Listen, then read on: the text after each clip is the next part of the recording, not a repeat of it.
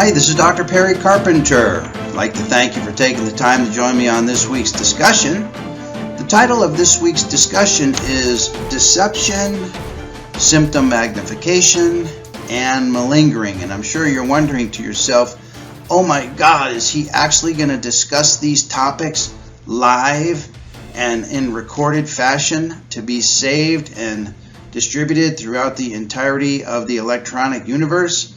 And I agree with you that these are topics that you will not hear discussed in any QME continuing education seminar, but these are topics that we need to agree that these issues exist in the world in which we work, in the medical legal evaluation. We do encounter examinees who are deceptive. We encounter examinees who magnify their symptoms, and even although to a lesser extent, we encounter examinees who feign and malinger symptoms and conditions that they do not actually have. And to deny that these issues exist is to stick your head in the sand and to refuse to acknowledge the world around you, because this is happening in the very system in which we are engaged on a daily basis. And I'm reminded of a time when I was recently speaking to a seminar audience, and this topic of malingering and symptom magnification came up, and I could see an unease pass over the members of the audience. And as we discussed these topics, I saw heads in the audience begin to nod and to begin to connect the dots between what the doctors had experienced in the face-to-face evaluation and what those experiences, when elaborated in actual words, when put into words, were consistent with these very issues of examinee deception, examinee symptom magnification, and even examinee malingering. And all of the doctors in the audience had experienced these issues, but may have had difficulty comprehending or putting into words or being able to accurately explain the phenomena that they were encountering. But all of the doctors in the audience had the experience of being face-to-face with an examinee who told a different story than what appeared to be actual, that told a story that didn't quite add up, that painted a clinical picture that subconsciously registered in the doctor's mind as not making complete sense, as having gaps and inconsistencies and incongruities in the big picture of the case. So I found that while doctors were familiar with this experience of encountering deception, symptom magnification, and malingering, they weren't capable, or they were not enlightened to the point that they could put into words what it was that they were feeling, seeing, observing, and experiencing. And it was only by bringing these issues to the forefront of our consciousness, of their consciousness, and bringing these topics out in the open and openly discussing these topics, that the doctors began nodding their heads and realizing that yes, they knew with these examinees that something wasn't right, something wasn't stacking up, something wasn't adding up. And it's important for us as qualified medical evaluators to understand that in the system that we work, these issues, whether you realize it or whether you want to acknowledge it or not, these issues exist. In order for you to realize your full potential as a qualified medical evaluator, you need to become comfortable with examinee deception. You need to become comfortable with examinee symptom magnification and even examinee malingering, and you need to be comfortable with it, and you need to realize that this is just part and parcel of the system in which we work. And your job as the qualified medical evaluator, through all of this morass of confounding data that we're confronting with, through it all, your job is to come up with opinions and conclusions that are accurate. And so in today's discussion, I want to share with you what we know about deception, symptom magnification, and malingering, so that you can, beyond the shadow of a doubt, so that you can spot these phenomena in your examinee when they're present, and so that you can learn how to handle these phenomena so that in the end you can provide opinions and conclusions that indeed are accurate and that you're prepared to defend should it come to that point where you're called to deposition to actually support your opinions and conclusions, whatever those opinions and conclusions may be. So let's begin today's discussion with some basic definitions about each of these issues: deception, symptom magnification, and malingering. And then I'm going to share with you how to detect these issues when they're operative in your next evaluation, and then how you can handle these issues such that you can, in the end, do the job that we've hired you to do. So with that as our introduction, let's begin today's discussion on deception, symptom magnification, and malingering. Okay, so let's define some of these terms so that we can all be on the same page and so that we can all be able to put into words what it is that we're experiencing when we get that feeling in our gut face to face with an examinee where it feels like something in this big picture is not stacking up. And just to give you a little bit of history, my research into these issues of deception, symptom magnification, and malingering goes back over 15 years ago, when at that point in time I was seeing many examinees, and I was providing my most accurate opinions and conclusions, mostly and largely based on examinee testimony only. And it said that when an examinee takes the time to come to a qualified medical evaluation, and just think about this for a minute, when an examinee schedules the time into their day, when the examinee gets up at the appointed time, when the examinee dresses, showers, eats, prepares, and travels to the qualified medical evaluation, they're coming to the qualified medical evaluation to convince you of something. Now, your job as the qualified medical evaluator is to determine what it is that they're trying to convince you of. Now, if you're anything like me, the number of examinees who come to the qualified medical evaluation to convince you that they are completely well, that they need no treatment, and that they need no benefits under California workers' compensation is the minority. The majority of examinees come to the qualified medical evaluation to convince you of a bad condition. And I had, like you, many examinees in the past for whom I provided opinions and conclusions based upon their subjective testimony that turned out to be not accurate. And specifically, I had one particular examinee who I really stuck my neck out for and provided for many workers' compensation benefits, including a large permanent impairment rating, for whom in the days after the evaluation I received sub rosa videotaping. And on review of the sub rosa videotaping, the examinee demonstrated a much different capacity for physical activities than what he portrayed to me during the physical examination. And I vowed from that point forward that I would never be fooled again by insincere examinees. Now, I just want to go on record by stating here that most examinees that we encounter in the workers' compensation system are sincere examinees.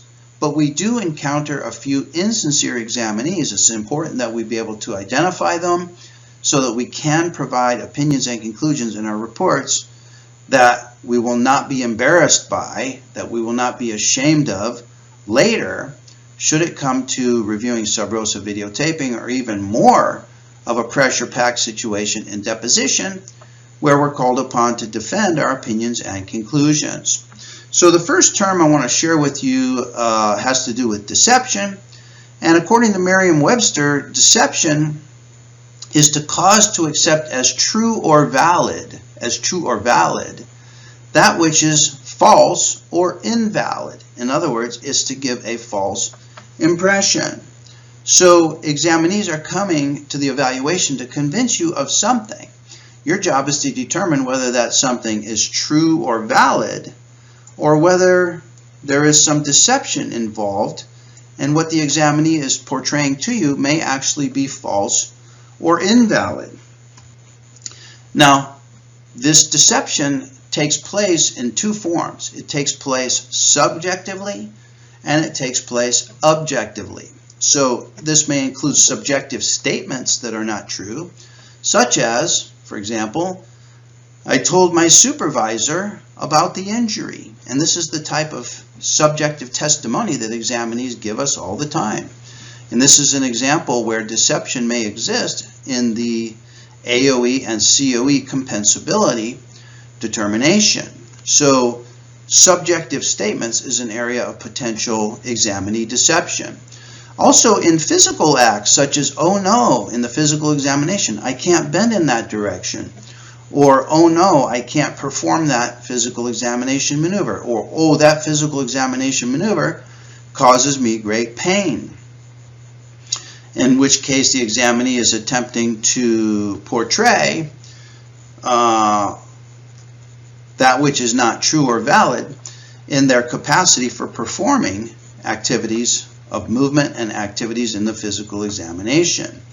And the purpose of these deceptions are to propagate beliefs that are not true or are not the whole truth And this may also include omission or the withholding of information. So there's two faces, there's two sides to the deception coin.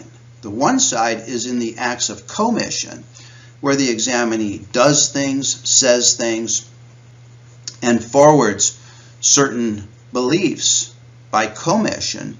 But even more prevalent are acts of omission, where the examinee omits statements, omits findings, omits physical actions in the effort to propagate a different belief, that which is false or invalid. So what I want you to quicken your attention to, which you may have not considered in the past and which may be counterintuitive to you, are the examinee's omissions, okay? Because what the examinee is going to be telling you and how the examinee is going to be performing in physical examination are commissions. But the commissions may belie the whole truth, and the truth may be found more accurately in examinee omissions. So let's talk a little bit about how to detect lying and deception in acts of omission.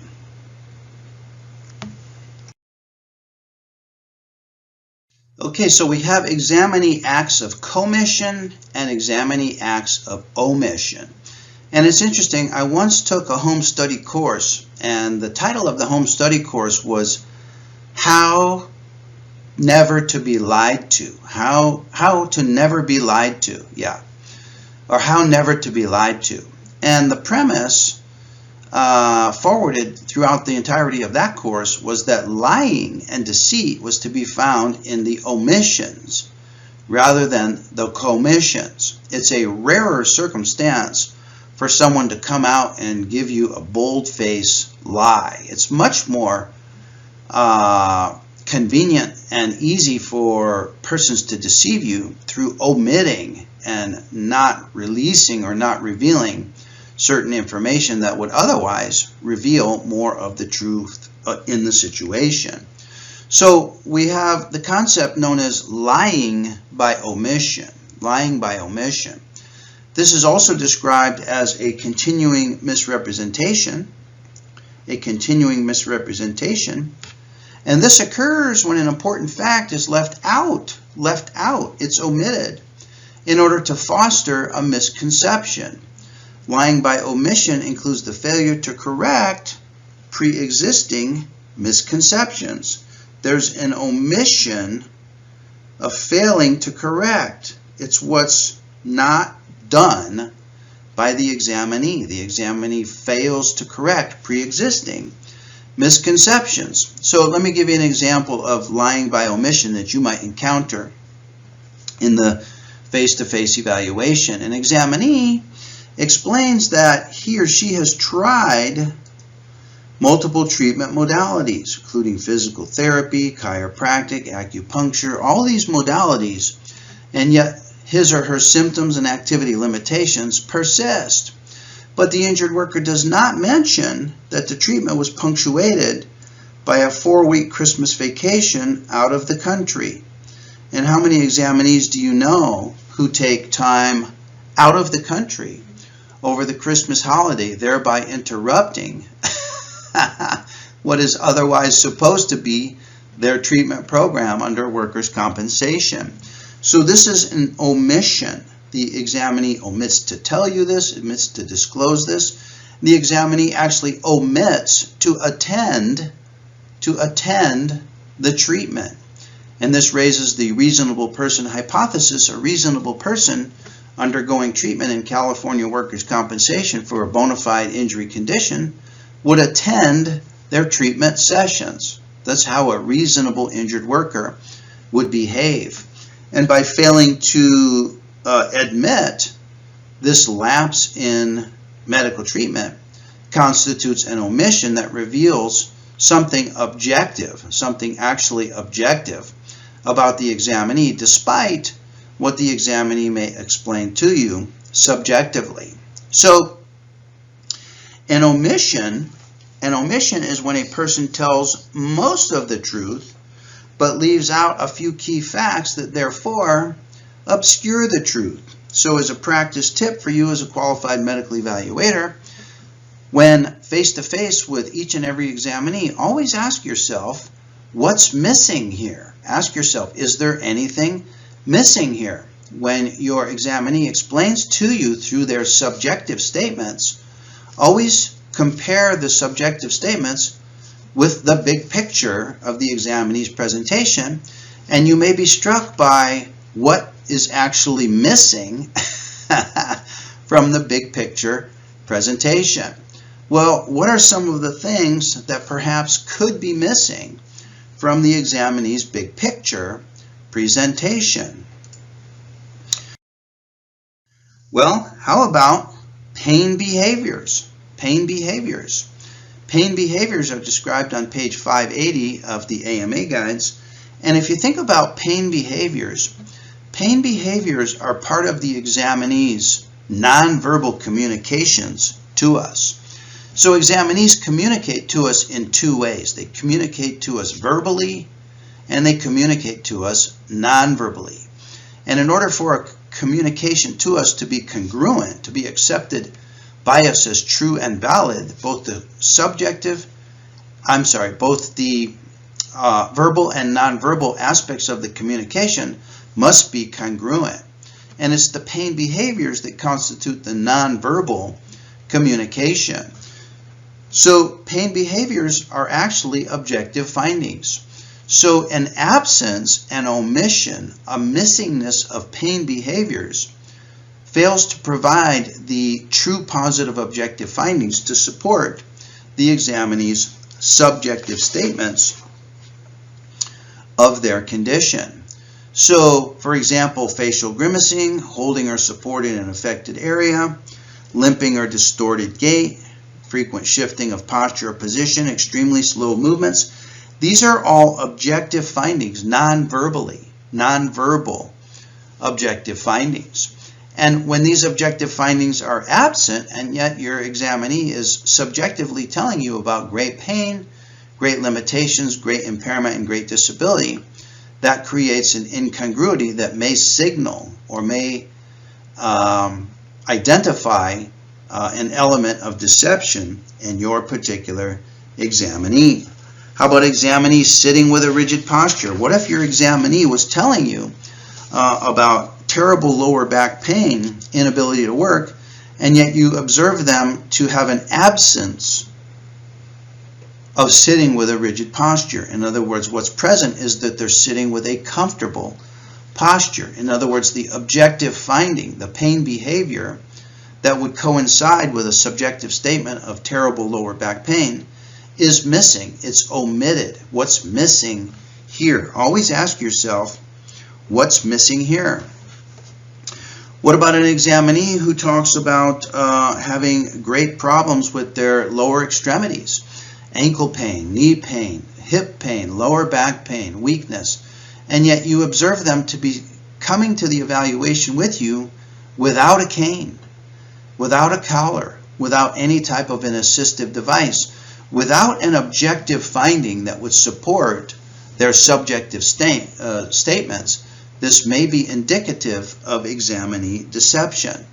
You would expect an examinee who talks about an inability to be able to walk for distances or to be able to walk up and down stairs or to be able to walk up elevations and up grades, to perhaps use some type of an assistive device, and the omission or the absence or the missingness of the assistive device gives you some indication as to the truthfulness and the validity of their subjective statements. So you want to be particularly attuned to what's missing here due to the prevalence with which examinees will use omission rather than commission in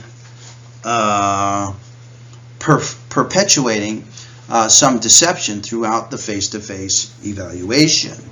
Okay, so that's deception. Let's talk about symptom magnification. Now with symptom magnification is a little bit different than deception. And again, we turn to Merriam-Webster, who tells us that symptom magnification occurs when the examinee is exaggerating their actual complaints. Okay, so this is important in the definition, is that the examinee has actual complaints. And with deception, the examinee may also have actual complaints. So it's important for you to realize that in cases where deception is present, in cases where symptom magnification is present, the examinee may actually have subjective symptoms. They may actually have a condition. And that's important for you to understand, because in that context, the examinee can testify quite truthfully about the symptoms and quite truthfully about the impact of those symptoms on their activities of daily living, because they're explaining to you their actual experience as an actual fact, because they have the condition. And as we're going to see, that's different from malingering, where in malingering there is no actual condition, or the condition is greatly exaggerated.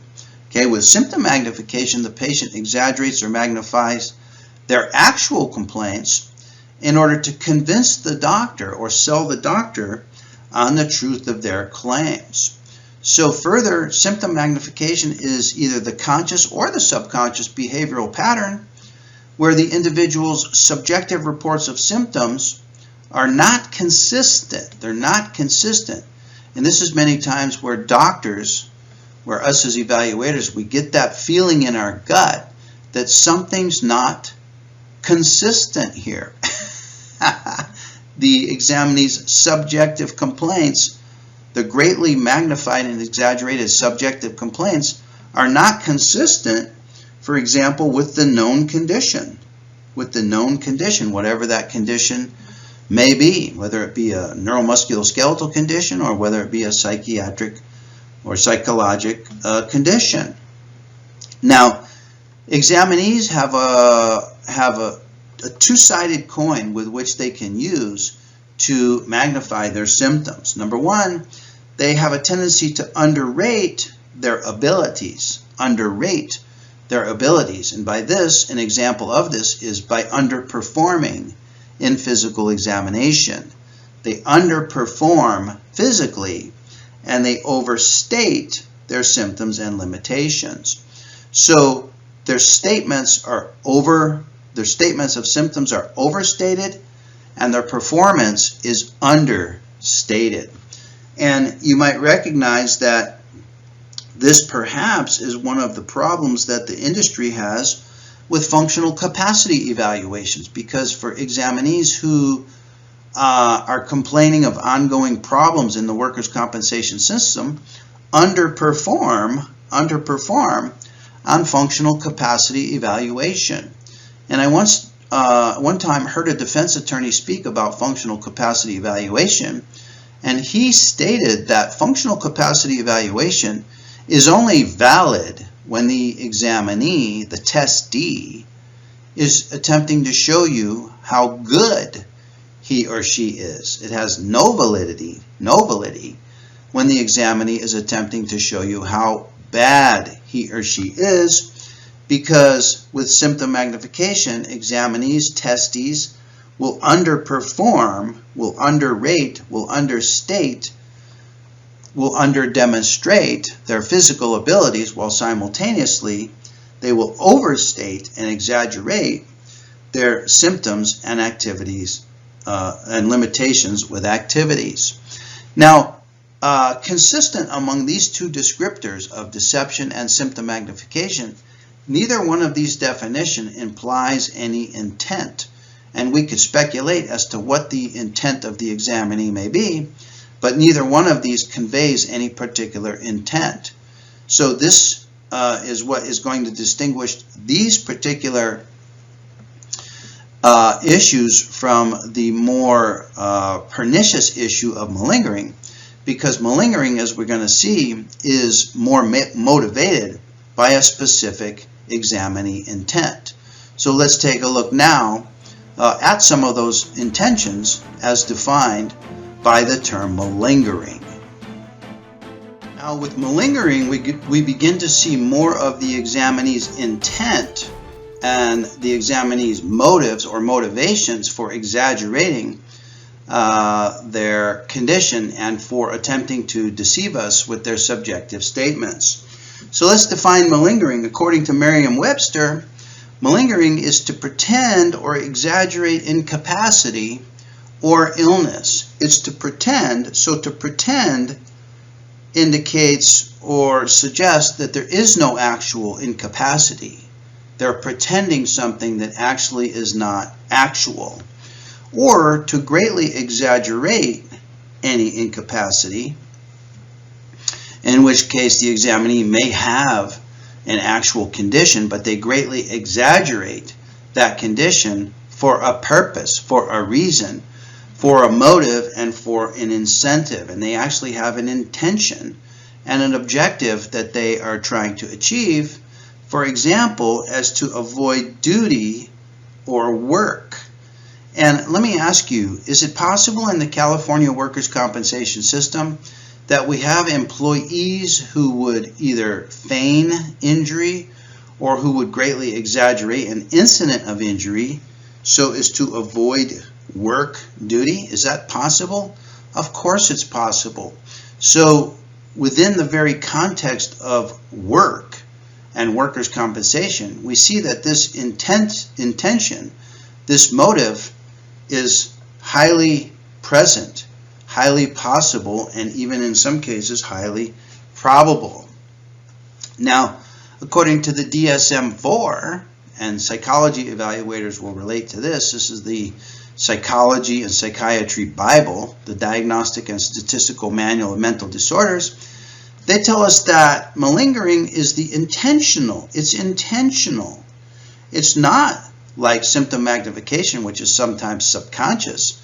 Malingering is intentional. It's the intentional production of false or grossly exaggerated physical or psychological symptoms, and it's motivated, it has a motive, it's motivated by external incentives. External incentives such as avoiding duty or avoiding work, and we're going to review some of those external incentives.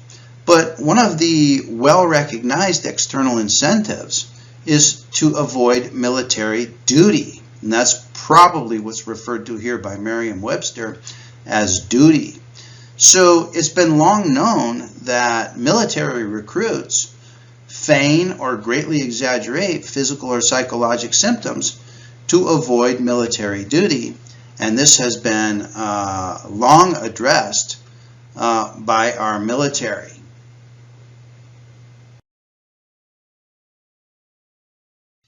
In the military, malingering is a court-martial offense, court-martial. And according to the United States Armed Forces under Article 115, and you can look this up, it reads exactly word for word as I'm going to read it to you here.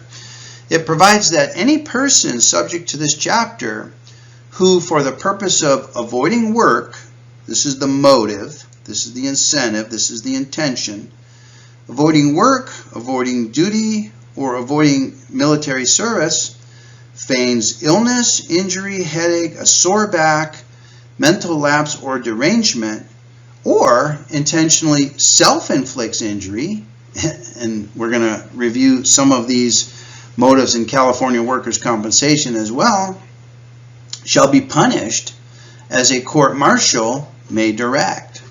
Well, in workers' compensation, we're not dealing with military duty, but we still have examinees who may malinger for other such motives, such as avoiding work, as well as several other motives as well. So what are some of these external incentives in California workers' compensation? Well, let's go back to the DSM IV, which tells us that the false or grossly exaggerated symptoms are motivated by external incentives, such as avoiding military duty, such as avoiding work, such as obtaining financial compensation, such as evading criminal prosecution, or such as obtaining drugs. These are all external incentives that would cause a person or could cause a person to pretend or feign injury or illness for these purposes. Now let me ask you, in California workers' compensation, which of these external incentives that are described by the DSM IV are present?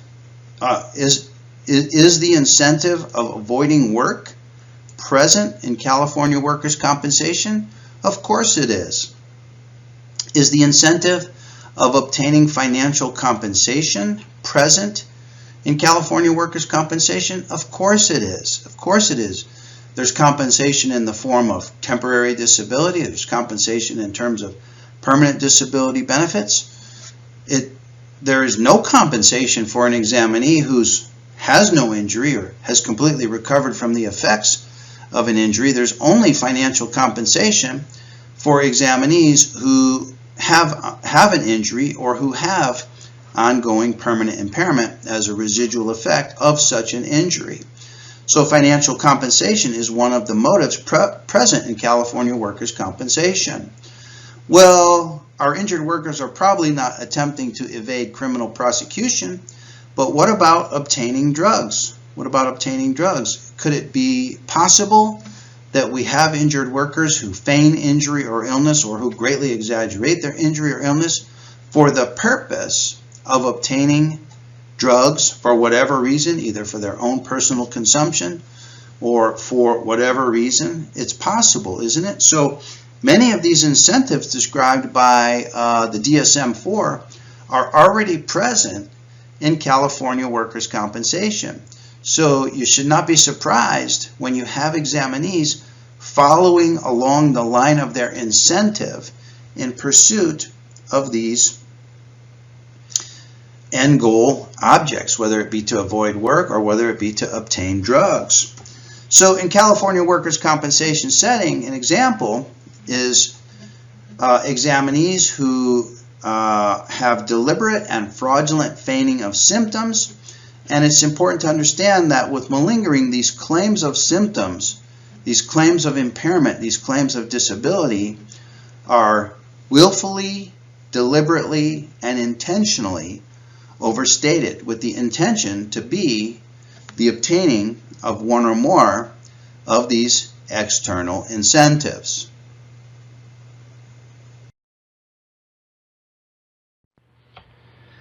Okay, so let's explore some of the criteria that will help us to be able to identify situations and examinees that may be candidates for malingering. Again, this is according to the DSM IV. They provide for us 4 different criteria, which, if we see any 2 of these criteria present or operative, would give a strong suspicion to the possibility or probability of malingering.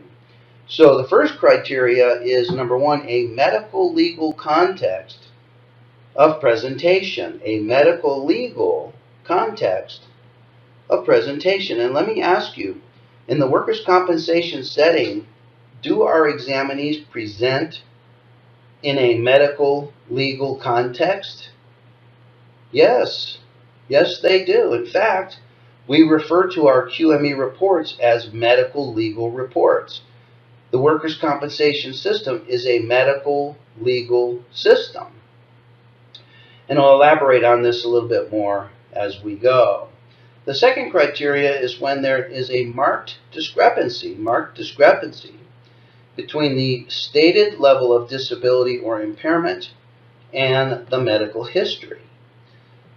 The third criteria is a history of lack of cooperation, either with the diagnostic evaluation itself, meaning with your diagnostic evaluation, or with prior prescribed tests and or treatments, and I'll talk about that as well. Finally, the fourth criteria is the presence of either an antisocial personality or the presence of antisocial personality traits, and we'll describe some of those here as we go. Now, according to the DSM IV, the presence of 2 of 4 of the criteria suggests probable malingering. Probable means greater than 51% likelihood. Probable means more likely than not. Now, this is not absolutely definitive, and the DSM IV has been criticized. However, this should serve to sharpen your, as the evaluator's, thinking to the possibility that malingering is present. And as I alluded to before, in the workers' compensation system, which of the 4 criteria are already most likely present and operative? Well, number 1, a medical legal context, that's likely operative and present, and this becomes even more profound when the examinee is a represented injured worker, represented by an applicant attorney. Now we take a medical legal context and we emphasize the legal nature of the context. It's emphasized by the fact that the examinee has legal representation. What about a marked discrepancy? Marked discrepancy between the stated level of disability and impairment and the medical history. That could be present, and I'll show you how to possibly identify when and if that criteria is present. What about a history of lack of cooperation? That could be present, that could be operative, and I'll show you some examples that would suggest to you that your examinee may be failing to cooperate with the prescribed program. What about an antisocial personality disorder or antisocial personality traits? Well, we'll talk a little bit more about that, and I want you to know that I myself, I'm not a psychologist. However, I have done some study on antisocial personality traits, and I can't tell you how many examinees I've suspected. As I said, I'm not a psychologist, but I've been able to identify some of the antisocial personality traits, which I'll share with you in just a couple moments. So we're going to revisit these DSM IV criteria in just a minute, but I want to break away from the DSM IV for just a couple minutes and talk about what the AMA guides have to say about malingering, and this will give us some tremendous insight as we finish up with the DSM IV and as we explore more of these issues associated with identifying malingering. So let's go now to the AMA guides. Okay, so let's go to the AMA guides, and I want to share with you some references from Chapter 18 of the AMA guides. And I wonder how many of you have ever read this section in the AMA guides. This comes from section 18.7 in Chapter 18. And section 18.7 is the very last section in Chapter 18. And Chapter 18 is the very last chapter in the book. So it's interesting. In the very last section of the very last chapter of the book, after the AMA guides spends 18 chapters teaching us how to perform physical examinations and how to provide for permanent impairment ratings for injured persons, they tell us, almost as an afterthought, in the very last section of the book, they tell us, oh yeah, there's something you need to know before you go out there in the world of doing permanent impairment evaluations, and they give us an ever so brief discussion about the topic of malingering. So let's read from section 18.7 of the AMA guides. They tell us that malingering is conscious deception for the purpose of gain. Gain, and that's the key word, gain. Malingerers have something to gain. So let me ask you, in the workers' compensation system, do injured workers have something to gain? There are benefits that are available for them to gain, correct? So wherever there's potential for gain, there is also the potential of malingering. Now, most authorities declare that malingering is quite uncommon. There appear to be few data regarding its frequency. However, even though there's few data, the AMA guides do cite 3 references to tell us what is known about the frequency of malingering. So according to Fishbane reviewed literature suggesting that malingering is present in 1.25 to 10.4% of individuals with chronic pain. Well, by the time examinees come to the permanent and stationary evaluation, the majority of them, would you agree, the majority, come to us in the qualified medical evaluation with some form of chronic pain.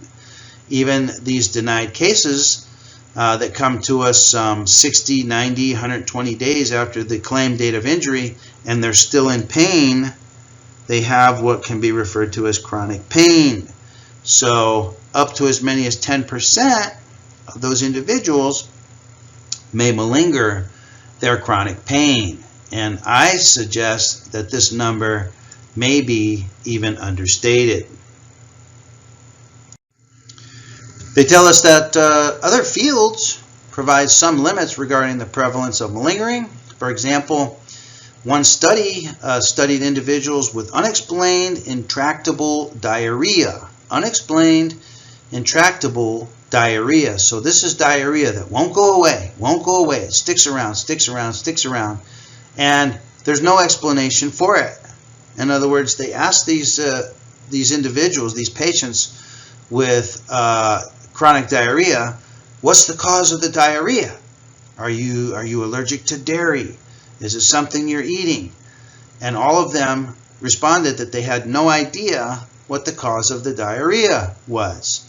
And they asked them, well, are you taking laxatives? And all of the patients denied taking laxatives, and yet as many as 14% had positive stool examinations for laxatives, even though they had denied the use of laxatives. So these are people that are showing up for medical treatment for diarrhea when all the while they themselves are the cause of their own diarrhea, even though they denied causing their own diarrhea through the use of laxatives. Now we could talk about all day about what would cause a person to seek medical care for diarrhea when all the while they're provoking and causing the diarrhea themselves.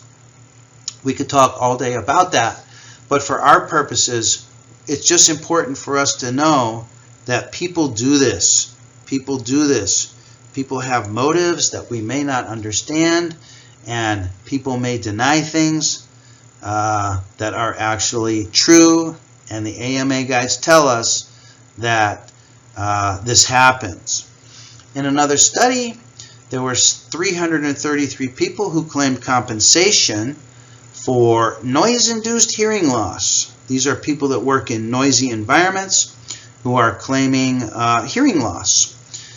They found that exaggeration on hearing tests was about 17.7% when they utilized an objective hearing test known as cortical evoked response audiometry. So these are people that were sitting receiving hearing tests. They had headphones on, and the examiner asked them to point their thumb up when they heard a tone and to point their thumb down when the tone went away. And so the examiner administered tones into the headphones of the examinee, and the examinee sat there stone-faced, mute, suggesting that they are not hearing the tones at all. Well, through the use of cortical evoked response audiometry, which is an objective test compared to the subjective test of thumb up, thumb down. With the objective test, they were able to prove that the nervous impulse was actually received in the auditory cortex of the brain, thus indicating that the hearing pathway was intact in these examinees. And so they found as many as 17% exaggerated their hearing loss in an attempt to gain compensation. They were hoping to gain compensation. Finally, Weintraub cites studies showing that 20% to 46% of people, 46%, is that almost the same as 50%? 50% is 1 in 2. That's every other person. They tell us that as many as every other person consider purposeful misrepresentation of compensation claims to be acceptable behavior. Compensation claims is like workers' compensation, personal injury claims, Social Security disability claims, Veterans Administration claims, compensation claims. Purposeful misrepresentation of compensation claims is acceptable behavior. It seems that, according to Weintraub, that something takes place in the mind of an individual that makes it okay to use a little exaggeration, to use a little bit of hyperbole, to employ purposeful misrepresentation in compensation claims, such as workers' compensation claims that we're involved with. And it seems that in California, this number may even be higher, but according to Weintraub, this is as much as every other person. So as qualified medical evaluators involved with compensation claims, it's important for us to know going into the evaluation that some examinees may have motive to apply for workers' compensation benefits when in fact they don't qualify for such benefits. Thus, the importance of obtaining an accurate injury history from the examinee. So doctors, I think you can see that in California workers' compensation, all of the elements that conspire toward an environment that promotes deception, symptom magnification, and malingering are already in place. All of the external incentives described by the DSM IV, such as avoiding work, such as obtaining financial compensation, such as perhaps attaining drugs, such as a medical legal context of presentation, even strengthened by the presence of an applicant attorney. All of these elements and components that contribute to these issues are already present in California workers' compensation. So you as the qualified medical evaluator, you need not be surprised or alarmed when you sit face to face with an examinee who tends to lay it on a bit thick, who tends to portray a big picture that's not consistent with known anatomy, the known physical condition, or where the subjective complaints greatly outweigh and are greatly exaggerated compared to the examinee's true positive objective findings and compared to the positive objective pain behaviors that may be omitted or may be missing from the picture. So it's important for you as a qualified medical evaluator to always ask yourself two key questions. Number one, what's objective here? What's objective here? In other words, the examinee floods us with their subjective statements. Your job is to ask yourself, what's objective here? In other words, did the examinee walk in by themselves? Did they walk in without an assistive device? Are they dressed? Are they groomed? Did they drive themselves to the evaluation? All of these are objective findings. Also, there's objective findings that are missing through omission in the form of pain behaviors. Absent pain behaviors are objective findings for an absence of pain. So your job is to ask yourself what's objective here and what's missing here. And Your mission, should you choose to accept it as a qualified medical evaluator, is to sit between the examinee and us and translate for us the examinee's subjective statements, the examinee's performance on physical examination, whatever that may be, and provide for us a true and accurate representation of the examinee's condition within the body of your report. And this is no simple task, and this is why we need you to be an excellent and highly trained qualified medical evaluator who is not surprised by examinees in California workers' compensation who may be motivated by external incentives. So doctors, I hope this helps you. You know, it's not easy being a qualified medical evaluator, but we need not be alarmed by the difficult situations and scenarios that we're presented with on a daily basis. And sometimes, as a qualified medical evaluator, you have to make unpopular decisions in reporting accurately within the body of your report. So I hope these ideas help you in your quest for accuracy in your reporting. So I want to thank you for your commitment to excellence. I want to thank you for your dedication to continuous learning.